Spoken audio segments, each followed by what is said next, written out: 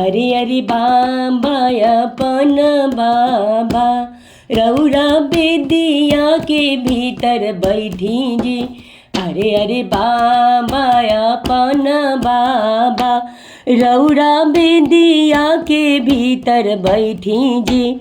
रौरा तहाई बाबा पंडित हमर बरुआ पवित्र होई है जी। रौरा तहाई बाबा पंडित हमर बरुआ पवित्र होई है जी। अरे अरे बाबा अपन बाबा रौरा बेदिया के भीतर बैठी जी। जतिया के हाई बाबा पंडित हमर बरुआ पवित्र होई है जी। रौरा विधि से जनेउआ डालब जी। अरे अरे फूफा कवन फूफा रौरा आंगना से बाहर बैठी जी। जतिया के हाई फूफा डोमावा हमर बरुआ छुआ जई है जी। हमर बरुआ छुआ जई है जी।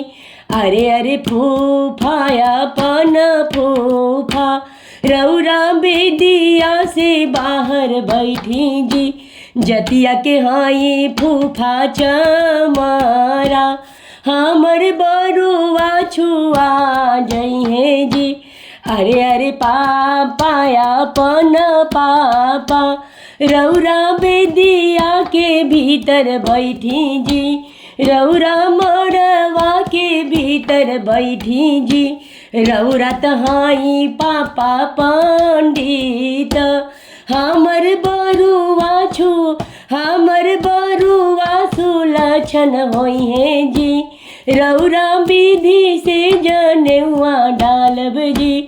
अरे अरे जीजा अपन जीजा रौरा बड़वा से बाहर बैठी जी। रौरा दुआरा के बाहर बैठी जी। जतिया के हाई रौरा कुजातिया हमर बरुआ छुआ जई है जी। जतिया के हाई जीजा डोमावा हमर बरुआ छुआ जई है जी। अरे अरे चाचा अपन चाचा रौरा बेदिया के भीतर बैठी जी। रौरा तहाई चाचा पंडित हमर बरुआ पवित्र होई है जी। हमर बरुआ पवित्र होई है जी। अरे अरे फूफा अपन फूफा रौरा बेदिया के बाहर बैठी जी। जतिया के हाई रौरा कुजातिया हमर बरुआ छुआ जई है जी। हमर बरुआ छुआ जई है जी। अरे अरे भैया अपन भैया रौरा विधि से जनेउआ डाली जी। रौरा तहाई भैया पंडित हमर बरुआ पवित्र होई है जी। अरे अरे जीजा अपन जीजा रौरा दुआरा से बाहर बैठी जी। रौरा घरवा के बाहर बैठी जी। जतिया के हाई रौरा कुजातिया हमर बरुआ छुआ जई है जी। हमर जगवा नसा जई है जी। हमर बरुआ छुआ जई है जी। अरे अरे बाबा अपन बाबा रौरा बेदिया के भीतर बैठी जी।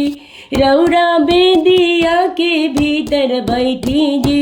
रौरा तहाई बाबा पंडित हमर बरुआ पवित्र होई है जी। हमर बरुआ पवित्र होई है जी।